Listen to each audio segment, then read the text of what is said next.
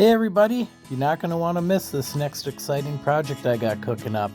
I'm going to be making an acoustic ceiling to cover my ugly popcorn ceiling in my home theater, so let's do this. I saw a few ideas. I already covered one half of my popcorn ceiling in the basement. Now I'm on to my theater room. Putting up some furring strips here. I'm going to put some cloth up. Then I'm going to be going across it with 1x4 boards. I'm going to be staining them espresso or Kona, a little bit darker, but I'm very excited for this finished product. I'm about halfway through. I'm not going to be posting a video this week except for this one, but make sure to check out this finished product.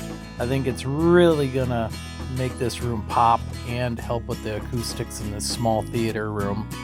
So make sure to subscribe, come back.